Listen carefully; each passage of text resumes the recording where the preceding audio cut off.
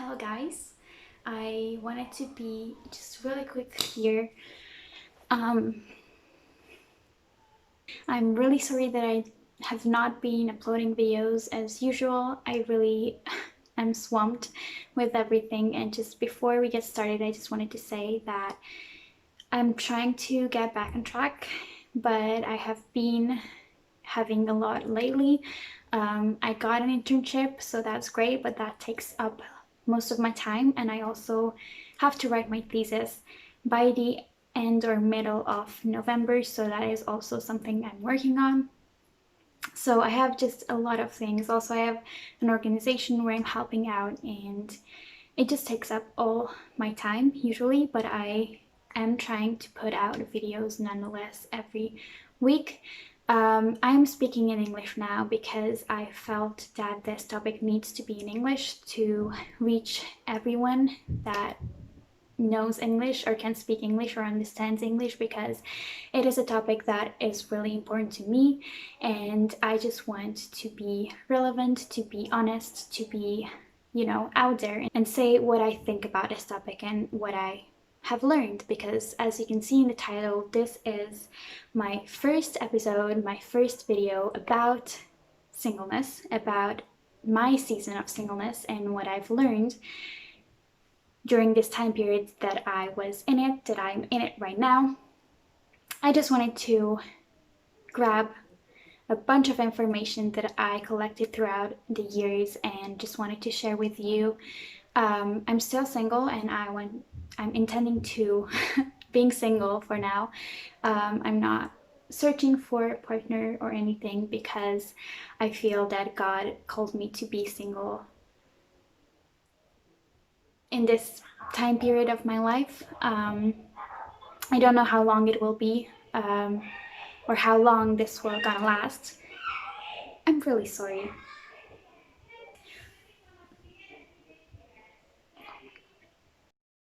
Okay, it's done. So, where was I? So I'm basically single because I want to put this decision in God's hands, and whatever He wants to do with my future, with me, I am really humbly just giving it all to Him. So basically that is my short little intro that I wanted to say, because this is really something that is really close to my heart and I want to talk about it to you. So I don't know when I started exactly. I think a year ago. I started where I've been single for some time now, but I started to write in my little journal, I think a year ago, just little captions every 2 or 3 months where I was with my life as being single, what I've learned, what I've experienced, and these kind of things, and just my state, like where I was. Was I happy? Was I sad? Was I feeling lonely? Or was I on top of my game? And I just collected these in this little book, and I thought, why not to start out this little series with just a video on these and just a collection from these entries, and just talking about it to you guys, because I feel that it really helped me, and I hope that these can also help you while you are single. Of course, it is for everyone a choice if they want to be single or save themselves for marriage, but I choose to do that. So it is all in the perspective of that.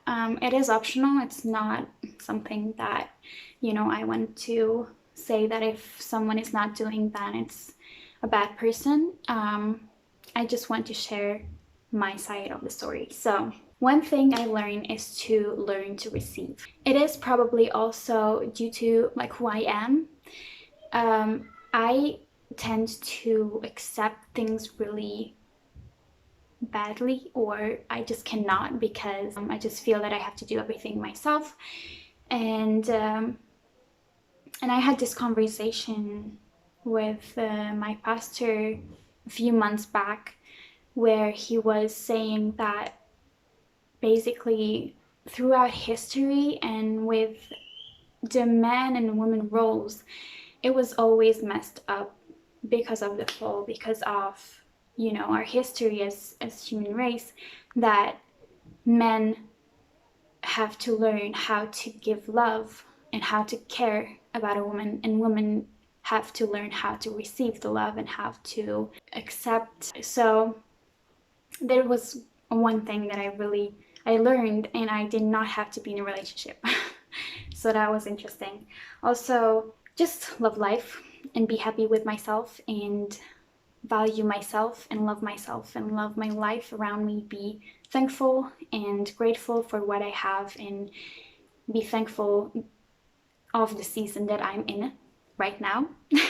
So that is quite hard sometimes, especially nowadays for me, but I definitely want to do a video on just being grateful for what I have, and noticing the little things in life and not always going for those big and colorful I don't know, opportunities or gatherings, or I don't know, programs that most of the people crave to have.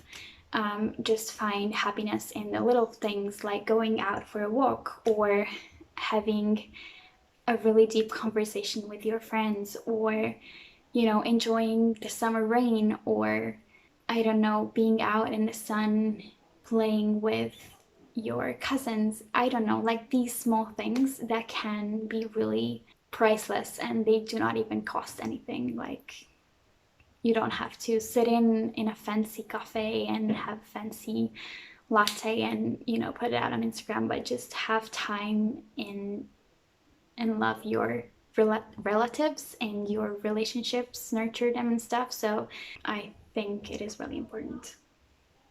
Also, what I've learned is that not to change for anyone, not even your future husband or your, you know, partner, because if you love who you are, then you don't want to change for anyone. And that kind of goes hand in hand, because, you know, you have to value yourself enough to not to let other people tell you, you know, to change this or that in your behavior, or how you dress, or what you say, or what you do. It is important to accept positive criticism, but not always do you have to change your whole appearance. That was something that I had to learn, because I'm really big of a people pleaser, and I know that I have to stop. And this also ties into the next point, that I have to say no more often. I also learned that I cannot say no, and that most of my friends know that, but there's some that I respect and kind of see where to stop, and there's just some that cannot. So, and it's not their fault. I mean, partially it is, but also I have to learn to say no, and I have to, you know, if I don't not feeling comfortable, if I just am feeling tired for doing a program or anything, I don't want to be somewhere or do something because I just don't feel like it, or I just have so many things going on, that I definitely can say no, and it is more healthy. So this was something that I'm still working on, but it is a big thing. So also, if you are knowing and intentionally waiting for marriage with intimate relationships, with sexuality, you have to clearly define the boundaries you want to have for yourself and for the other person, because I did not do that. Not that I was against it. It was just that I did not think about it. I did not, you know, sit down and set my boundaries clearly, and that is a really big no-no. Like, if you want to do this right, then you have to just sit down and think about, like, okay, if this scenario comes, what do I do? If someone comes up to me and asks me for a date, how do I say no? Or what do I say, you know? Or, you know, just all these little scenarios that might happen, just to have alternatives or answers for everything, because I did not have, and I let these scenarios slip a few times concerning drinking, concerning talking or flirting with boys. It can be a really fine line. So that is why it is really important to set those boundaries and set those lines. It only takes really small decisions to break down and eventually end up doing something that you didn't actually want to do. So that is really important. Even if you are not against it fully, you still have to be proactive and set boundaries because it is really important. So if you invite God into all this and pray about it and just talk with God about it, then it will be more clear what boundaries you want to have, what boundaries you want to make to be able to have this peaceful, environment and peaceful mindset about yourself and about relationships and dating. So the other point, what I've learned was to always, always, always watch what I consume. Not so much physically, but spiritually. Like movies, YouTube videos, music. And it might be really harsh at first if you hear that, okay, so I should like delete all my Ed Sheeran songs, or like should I not listen to, I don't know, like the top hits on Spotify. I'm not saying that, but just if you try, for example, for a week, not listening to those kind of music and just try to listen to either songs without lyrics, that are like mellow and background music or for work or study for anything, or just to listen to worship music that is positive or that focuses on God, you can feel significant change in your heart or in your behavior, in your thoughts. And that goes the same way with movies, with YouTube videos. Like, for example, I actually started to only watch Christian-based YouTubers, vloggers, or videos because I realized that if I do not watch those and I just tend to go off, I would not instantly feel the difference. But over time, I definitely see a change in my personality, in my behavior towards others, which is crazy, but it is definitely going together. And that's, I think, really, I don't want to say scary, but it is definitely something you want to watch. Okay, so this also goes with the environment you're in or the friends you have, because I also learned throughout the years that friends definitely do have an impact on me. I mean, it is evident that they do, but that is why you have to, be careful of what environment you want to be in, what friends do you want to have, if they have a good impact on you. Like, do you want to grow and be more productive because of them, or be more thoughtful or be more caring because of them, or the other way around? I definitely had experiences where I had to just, say no, because I had groups or friends where I could only just go partying with. And there was a time when I was a party girl, and I really want to talk about that phase of my life in another video. Like, how was that and how I get back on track.